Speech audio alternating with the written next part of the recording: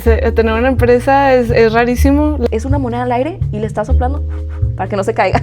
Una cosa es que te guste hacer algo y otra cosa es que sepas hacer algo. Pero miedo siempre existe. Hola, yo soy Valen y esto es Finanzas que Valen. ¿De qué vive un emprendedor mientras emprende? Y suena rara la pregunta porque creerías que un emprendedor vive de su emprendimiento. Pero la realidad es que si tú eres emprendedora o tienes gente emprendedora cerca de ti, sabrás que normalmente los emprendedores, sobre todo cuando van iniciando, están en ceros o hasta en negativos. Y siento que esto rompe mucho con esta visión muy idealizada que se suele tener alrededor de qué es un emprendedor y cómo se emprende y cómo todos son ricos, que a veces no se habla. Y el justamente no hablar de esto hace que muchas personas que tienen este sueño de llegar a tener sus propias cosas no se atrevan porque dicen cómo le voy a hacer de donde estoy ahorita hasta ese punto que quiero llegar. Y justamente hoy vamos a hablar de este tema. Antes de empezar, te quiero agradecer por estar un día más aquí conmigo, por hacerme parte de tu día. Yo sé que probablemente me estás escuchando camino a la escuela, camino al trabajo, incluso mientras pasas a tu perrita, pero para mí es súper importante tu apoyo. De hecho, esta semana vengo regresando de Ciudad de México porque Spotify me eligió dentro de su programa de Radar Creators. Entonces, literalmente, fui con mis amigos porque pusieron una espectacular así grandota que decía, invierte en lo que escuchas, que era una promoción muy padre para el podcast. Ahí yo estaba anonadada, no sabía ni wow. Y fui con varios de mis amigos ahí a hacer guate y tomar fotos y luego fuimos por unos tacos y todo esto de verdad no sería posible sin ti, sin tu apoyo. Si eres nueva en este capítulo, si jamás me habías escuchado, bienvenida. Y si ya me habías escuchado, te pido por favor que me ayudes poniéndole 5 estrellas, 4 estrellas, las que le quieras poner, de preferencia entre 4 y 5. O 6, no se pueden 6. De preferencia 5 estrellas, 4 estrellas y la campanita para no perderte ningún capítulo. Te recuerdo que estoy aquí todos los lunes a las 6 de la mañana por Spotify. También estamos por YouTube. Y si quieres ver como clips o pedacitos más cortitos, también los estoy subiendo en Instagram y en TikTok. En Instagram lo puedes encontrar como @finanzasquevalen.podcast. Oye, y ahora sí, empecemos con el capítulo y de pronto aprendemos una cosa o dos. A ver, existe una noción de que ser emprendedor o emprendedora te va a hacer volverte rico, millonario, tejano. Y la realidad es que si tú tienes una persona emprendedora cerca de ti, te vas a saber que esto es una apuesta más como en el largo plazo. Muchas veces los emprendedores creo que nada más se ve como un punto de su carrera donde dicen es que ya son súper exitosos, consolidados y tal, pero no se ve todo ese tiempo que estuvo ganando mucho menos dinero que sus amigos que se fueron por trabajos un poco más conservadores en el sentido de que una carrera corporativa y a veces nomás comparas 2 personas de 30 años sin saber que durante esos 30 años donde quizá, no sé, 6 años fueron de vida laboral, quizá ya llegaron a ganar como el mismo monto, pero la persona que emprendió no ganó nada durante el primer año y la otra persona sí siguió teniendo esta estabilidad. Y justamente, ¿de dónde se saca este dinero? A ver, el camino va a ser súper diferente de acuerdo al tipo de persona que seas y de acuerdo al estilo de emprendimiento que tú quieras tener.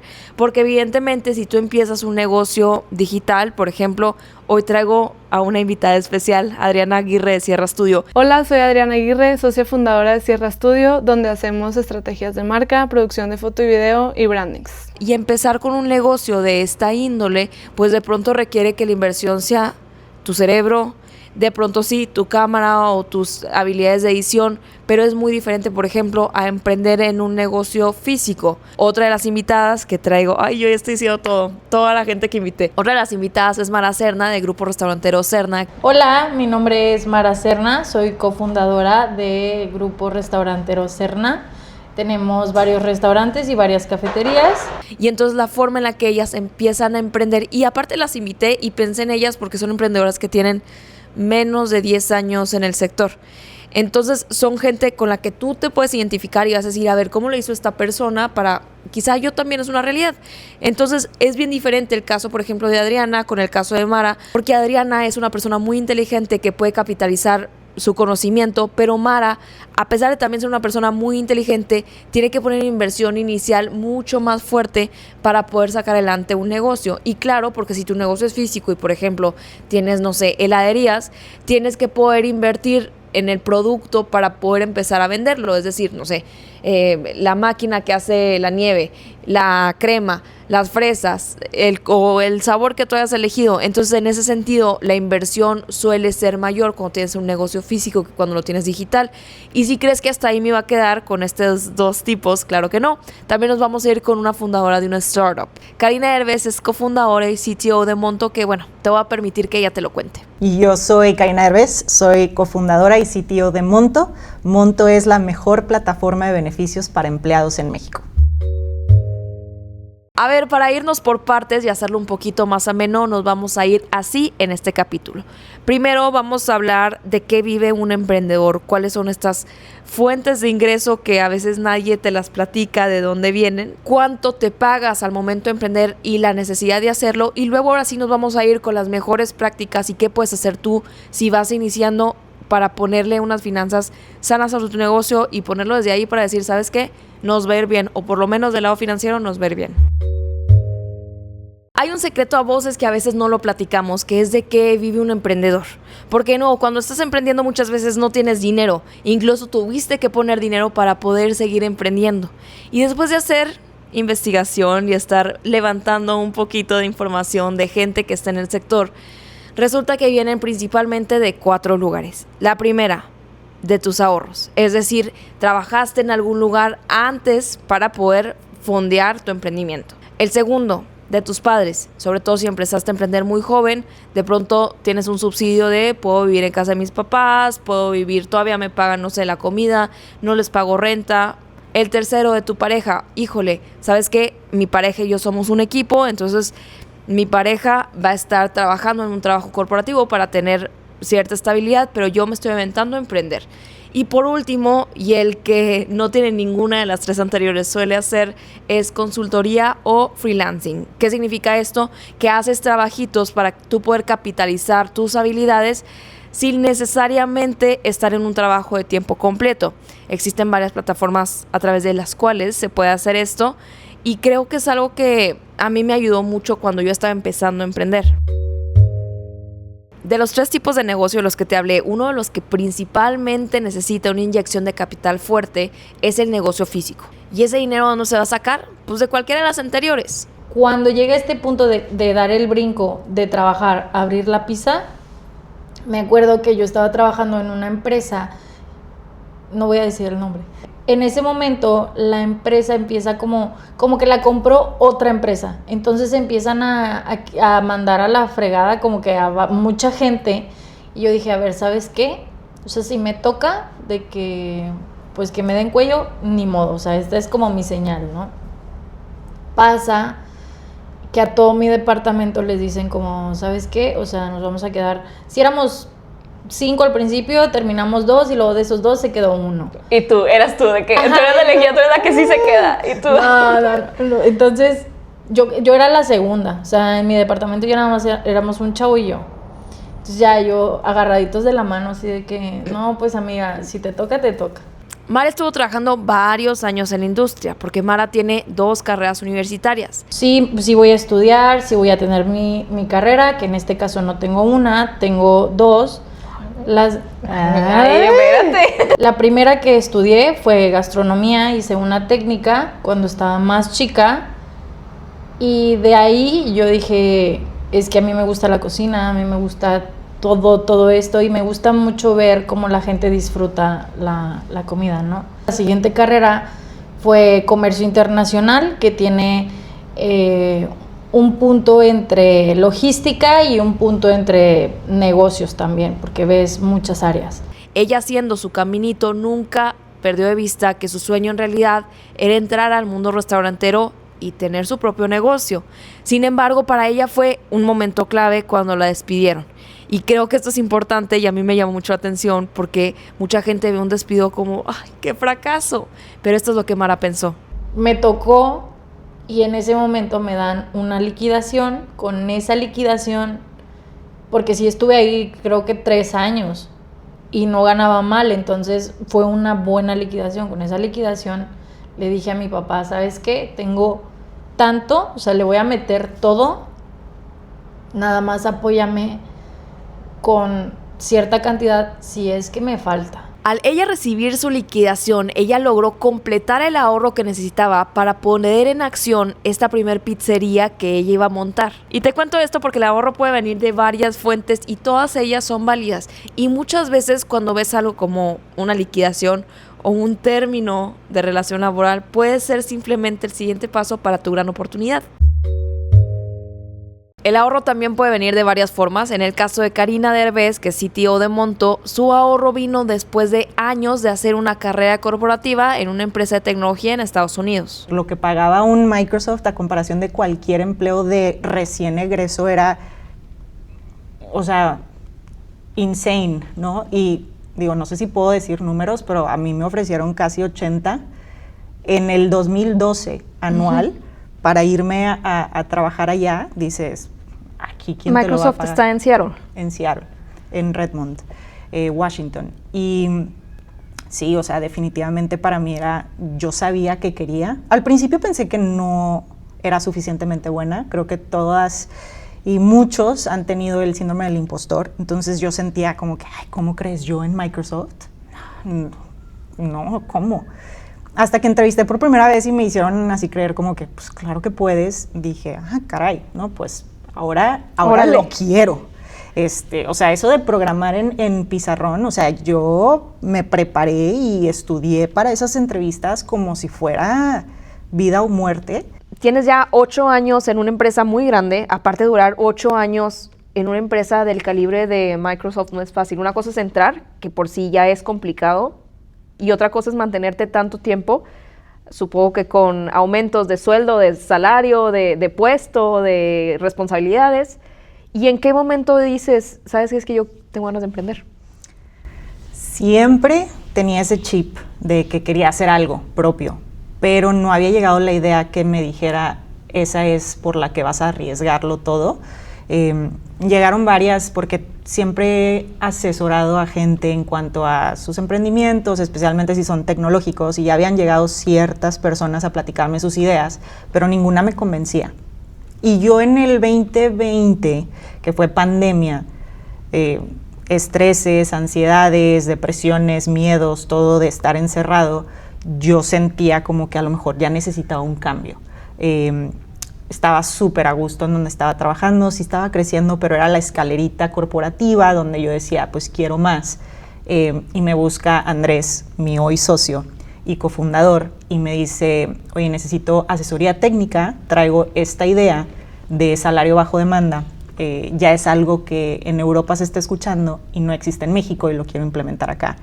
Cuando me empezó a platicar, porque él ya estaba levantando la presemilla con Family and Friends, me empezó a platicar quiénes son sus posibles inversionistas, el equipo que quiere crear, lo que quiere hacer. Me emocioné con él, ¿no? Entonces me dice, oye, yo estoy buscando cofundador técnico porque él es financiero 100%, y me dice, por si conoces a alguien que pueda estar interesado. Y en el momento no es como que yo estaba buscando eso, pero fue como, no sé si estoy lista, otra vez el síndrome del impostor, pero dije, me puede interesar. Entonces empezamos a platicar más en serio de esa posible integración de más que asesoría técnica, que sí fuera como cofundadora. Y regresé, me acuerdo, vine a Navidad en el 2020 a Monterrey, y estuvimos todo un día platicando ideas, brainstorming. Nos dimos cuenta que tenemos la misma ética de trabajo y todo, y dije, aquí es, ¿no? Obviamente no fue de que tan sencillo. Tuve que hablar con 1000 gente, mis mentores allá, mi jefe. Yo quería como estar 100% segura de lo que iba a hacer al dejar todo allá y venirme para acá. Entonces sí, o sea, después de mucho tomé la decisión de... Viene Andrés con esta idea, empieza a hablar con tus mentores. Yo creo que una parte importante era como este costo de oportunidad de, a ver, tengo una carrera corporativa ya muy establecida de 8 años, en Microsoft, una de las empresas en ese entonces de las más grandes del mundo, ahorita sigue siendo las más grandes del mundo. ¿No tenías como un poquito de miedo? Como, ¿cómo te preparabas financieramente para hacer ese salto? Sí, yo creo que a mí me ayudó mucho que estaba soltera, no tenía hijos o dependientes. En ese momento no dependía nadie de mí como para decir, híjole, no puedo arriesgar un poco de mi sueldo. para ir atrás de esta oportunidad, de este sueño. Y hablando con mis jefes me dijeron, mi jefe, el jefe de mi jefe y mis mentores me decían, nunca vas a sentir que estás lista, pero creo que el mejor momento para hacer un riesgo así es ahorita, en el momento en el que estás, en el momento en el que está el mundo, y si no funciona, regresas. Para mí el hecho de que me hayan dicho, si no funciona, tienes puertas abiertas acá, fue como un safety zone y dije, va. Y yo le había dado a esta idea de Monto, dije, 2 años y vemos. Ahorita es mi vida entera y vamos a ir a hacer unicornios. El caso de Karina es muy interesante porque ella pertenece a un grupo de emprendedores que, aparte de ser emprendedores, son startuperos. Yo tengo 2 clientes. El empleado es mi cliente final, pero el que me contrata para ofrecerle mis beneficios a sus empleados es la empresa. Y nosotros nos moldeamos a las necesidades de la empresa, lo que necesiten nos podemos acomodar, desde, oye, es que yo tengo empleados operativos y empleados administrativos y quiero ofrecerles diferentes beneficios porque necesitan diferentes cosas, lo podemos hacer, somos 100% configurables. Y si tienes una empresa de más de 25 colaboradores y te interesa ofrecerle mejores beneficios a tus empleados para mejorar retención, productividad y mejorar el clima laboral, envíame tu información a karina.derbez@monto.mx o a info@monto.mx. Una startup es una empresa generalmente basada en tecnología que también generalmente tiende a captar capital de lo que se le conocen como inversionistas de riesgo o venture capitalist o, para decirlo más cortito, VCs. Y este tipo de empresas no son tan fáciles de encontrar, por ejemplo, en México, porque las startups pertenecen a un grupo que está buscando ser completamente disruptivo con temas de innovación y por eso son, primero, más exhaustivos en capital y segundo, tienden a operar en pérdida durante mucho tiempo antes de volverse redituables. Por mucho tiempo también, como buena startup, sobrevivimos en pérdidas, y digo sobrevivimos. Y cuando fuimos redituables y profitable, ya fue cuando empezamos a hacer diferentes estrategias. Claro. Pero sí, nunca me di aumentos hasta después, hasta ver números bonitos. Ejemplos que seguramente vas a reconocer es, por ejemplo, Uber, Didi, Mercado Pago, Airbnb. Todas estas son startups que fueron creciendo y ahorita ya son empresas súper consolidadas. Ahora te mencioné que estas empresas suelen operar en pérdida hasta que se vuelven redituables. ¿Y de dónde sacan este dinero? Normalmente inversionistas. Es decir, van, pichan la idea, se levanta X o Y cantidad de dólares, que ahorita vamos a platicar de cuánto, de acuerdo a cuánto te estás pagando tú como emprendedor, y con eso empiezas a fondear la operación del negocio. También yo, cuando llego a Monto, ya habíamos levantado una presemilla con la idea de poder tener sueldos, aunque sean chiquitos, poder tener un sueldo para poder vivir. La manera en la que funciona es por series, es decir, se empieza con la serie presemilla, luego semilla, y luego A, B, C y todas las que quieran. Normalmente un hito muy importante dentro del mundo startup es cuando te conviertes en un unicornio. ¿Qué significa esto? Que tu empresa ahora está valuada en más de $1,000 millones y en México, si no mal recuerdo, son únicamente 10. Otra forma de mantenerte mientras estás emprendiendo recién es con el apoyo de tu familia o de tu pareja, sobre todo cuando tienes la suerte de empezar muy joven a emprender. Pero antes de que llegara este primer cliente, ¿de qué vivías? Bueno, vivía pues en parte de mis ahorros y en parte, gran parte, de que pues vivía en casa de mis papás. Entonces ellos pues no pagaba luz, no pagaba agua, no pagaba techo, entonces todos esos ahorros y pues al final que la agencia yo no empecé de cero, eso también es importante, que ya había clientes, entonces pues ya teníamos un ingreso bajo, pero era un ingreso bueno para vivir viviendo en casa de mis papás. La cuarta forma de mantenerte, y que fue la que yo utilicé, es a través de freelancing y consultoría. Y se me hace bien curioso porque aquí hay un tubo fuerte de que qué más estás haciendo. ¿Qué más estás haciendo mientras estás emprendiendo? Yo recuerdo que a mí me daba demasiada pena porque yo decía, es que yo soy emprendedor, yo soy startupera, y me daba mucha pena decir, es que también estoy dando consultoría, por favor, cómprenme una. En el sentido de que, ¿qué sabes tú hacer mientras estás emprendiendo? Porque sobre todo cuando tienes un tema de software, puedes decir, ¿sabes qué? Es que yo necesito estar vendiendo esta cantidad, tengo que estar vendiendo gran masa para que el porcentaje que me están dando me dé suficiente para pagarme un sueldo a mí.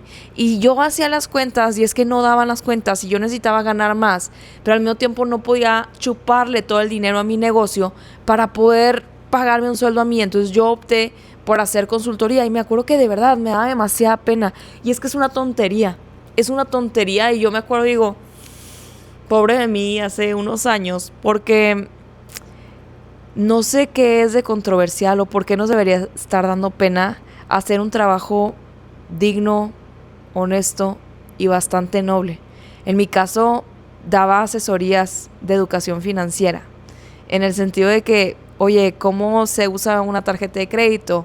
Me acuerdo que hablaba mucho con adolescentes y este tipo de trabajos me da mucha pena a veces confesárselos dentro del mundo startup, y a veces estaba ocupada porque se me llenaban, porque muchas mamás o papás traían a sus hijos y yo, qué padre, estoy generando dinero de esto, pero en realidad mi sueño es ser esto. Y no soy la única que lo ha tenido que hacer. De hecho, es una práctica común que muchas veces es solo a vos. Hubo trabajos que tuve que hacer para costear el estilo de vida como emprendedor, mucho freelancing, muchas desveladas.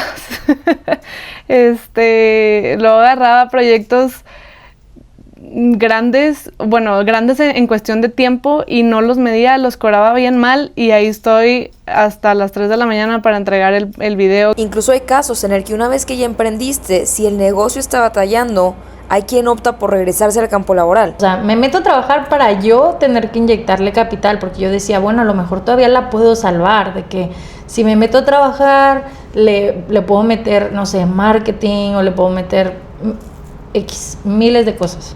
Y es que aunque no lo creas, hay muchas expectativas cuando empiezas a emprender. Y no nada más expectativas propias, a veces también familiares y también de tu círculo de amigos. Y cuando las cosas no salen como tú quieres o como tú esperas, claro que da pena. A mí me dio mucha pena decirle a mi papá, fallé, quebramos.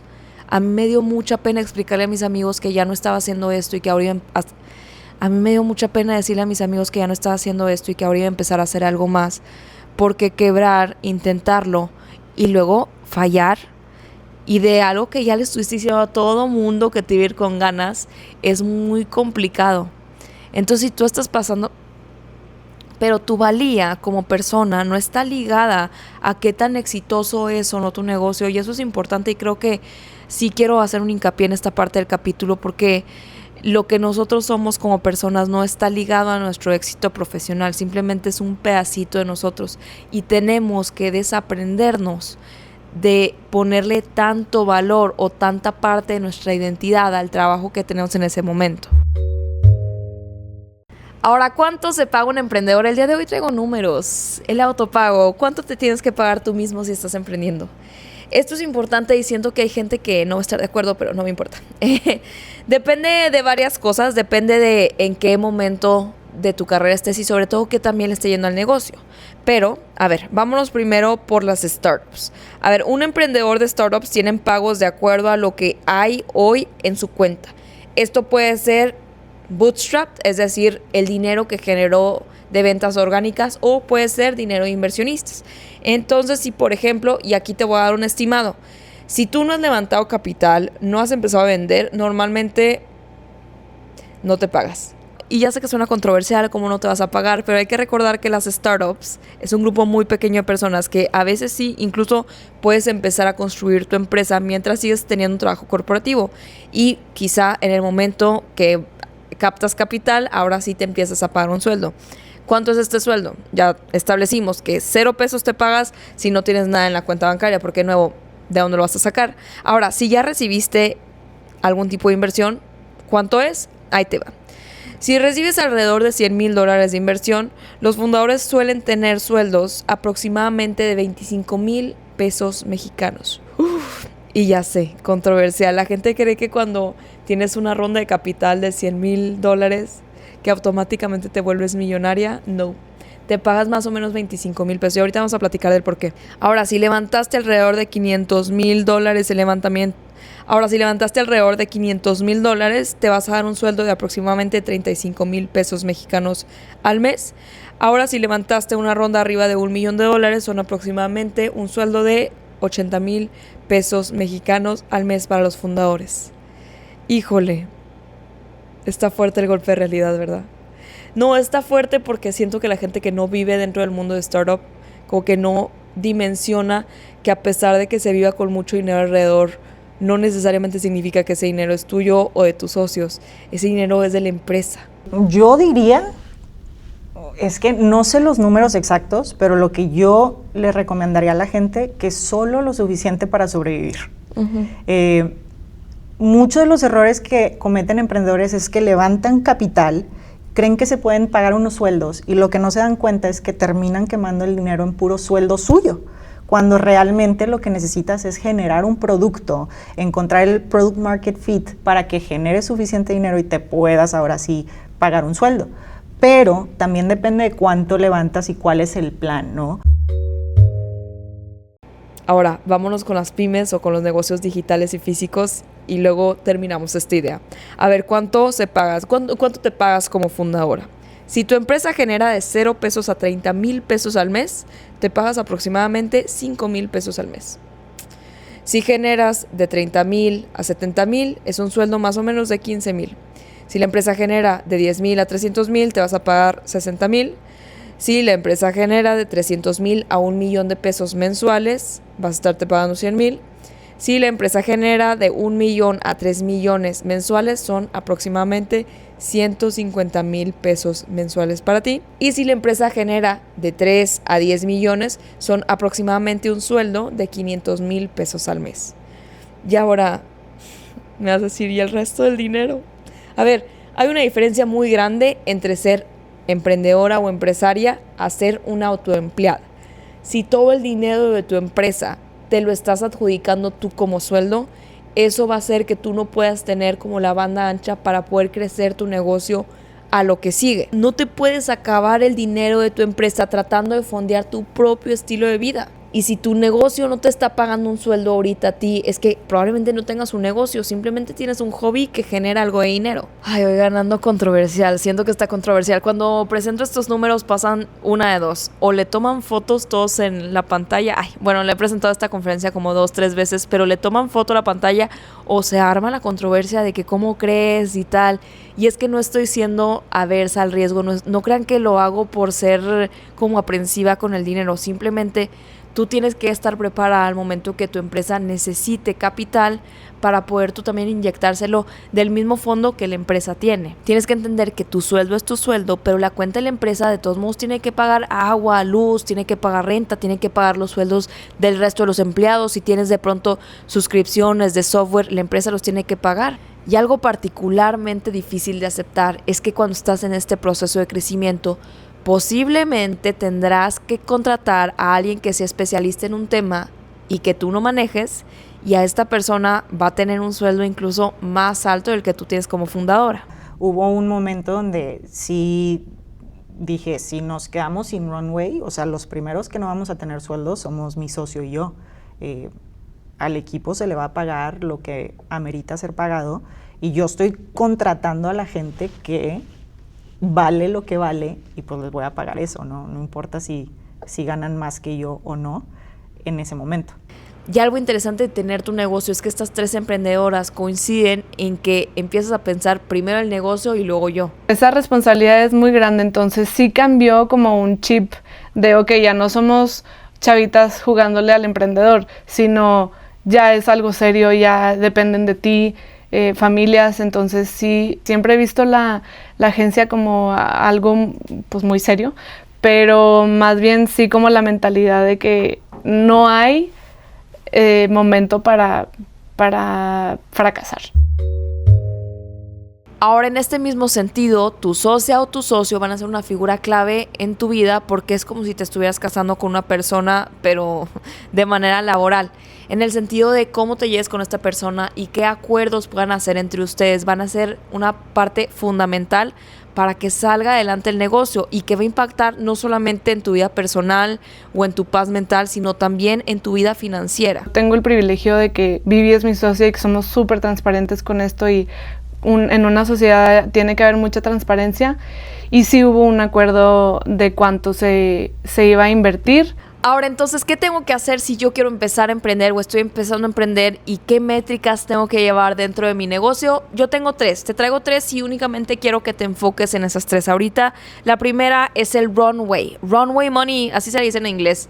En español no estoy segura cómo se le dice, pero básicamente es cuántos meses puedo operar de aquí a que se me acabe el dinero. Es decir, si yo, por ejemplo, tengo 10 pesos y yo cada mes me gasto 3 pesos, resulta que tengo 3 meses y un poquito más para seguir operando antes de que se me termine todo el dinero en la caja. Existe también el burn rate, que básicamente es qué tan rápido estoy quemando el dinero. Es decir, saber que son estos 3 pesos lo que estoy gastando mes tras mes. Y finalmente está el punto de equilibrio, que básicamente es cuánto tengo que vender para poder cubrir todos los gastos que hay de operación del negocio mes con mes. Ahora me vas a decir, ¿cómo voy a saber eso si no tengo idea de cuál es mi burn rate? No tengo idea. Mi runway, todo eso, ¿cómo lo voy a saber? Normalmente la herramienta con la que a mí me gusta iniciar, porque siento que es la más sencilla, es con un flujo de efectivo. Y ya sé que suena como que muy alocado de que es. Simplemente lo único que tienes que hacer es hacer una tablita donde vayas a poner entradas, salidas y por qué. Y entonces básicamente es, si tú tenías 10 pesos el día primero del mes y luego te gastaste de esos 10 pesos 1 peso en lápices, ahora te quedan 9 pesos. Y luego te entró porque un cliente te pagó, entonces te entraron otros 10 pesos. Y ahora tienes ¿cuántos? 19 pesos. Y luego resulta que sigue pasando al mes y te gastaste, quizá ahora compraste un borrador de 2 pesos. Entonces de esos 19 pesos le restas 2, ahora tienes 17. Este tipo de ejercicio es súper sencillo de hacer, lo puedes hacer manual, lo puedes hacer en un Excel, lo puedes hacer con la herramienta que tú quieras, pero es una forma de decir cuánto dinero tengo. Ahora, va a ser muchísimo más importante cuando vayas avanzando en tu camino profesional, porque si tú eres de esas empresas que en algún punto llega a optar por el factoraje, es decir, que cobras o pagas a cierto plazo, este tipo de flujo efectivo va a ser importante para que tú puedas hacer estas proyecciones. También este tipo de flujos son súper importantes para saber qué estás gastando que quizá tal vez no deberías. ¿Qué gastos creías que eran necesarios y luego resultó que no lo eran? Pues, primero, obviamente como toda emprendedora quiere tener una oficina padrísima. Ahora que estamos aquí en Spotify es de que The Dream. Pero tuvimos el privilegio de tener una oficina amplia, más no es necesario tener una oficina siendo una agencia digital que estás tu computadora y tú. Eventualmente sí tenemos como creación de contenido dentro de la agencia, pero creo que la renta de la oficina se puede bajar. Se pudo haber ahorrado y Google... Google, las cuentas de Google, tener tu dominio, sí, obviamente te da mucha credibilidad y no es algo que me arrepienta, pero ahorita estamos pagando una suscripción muy cara porque yo quise tener muchos terabytes porque somos una agencia digital, pero me la bañé. Cada uno tiene 25 terabytes. No sé cuántos. Es muchísimo. ¿Verdad? Aquí producción dice que es un chorro. Cada cuenta son 5 cuentas que estamos pagando que tiene 25 terabytes. Entonces creo que eso es algo que me pude haber ahorrado. Y en este punto es bien importante que aunque tú no seas una experta, por ejemplo, en administración o en finanzas, veas la manera de cómo sí. Sí, pues hacemos como un forecast cada año.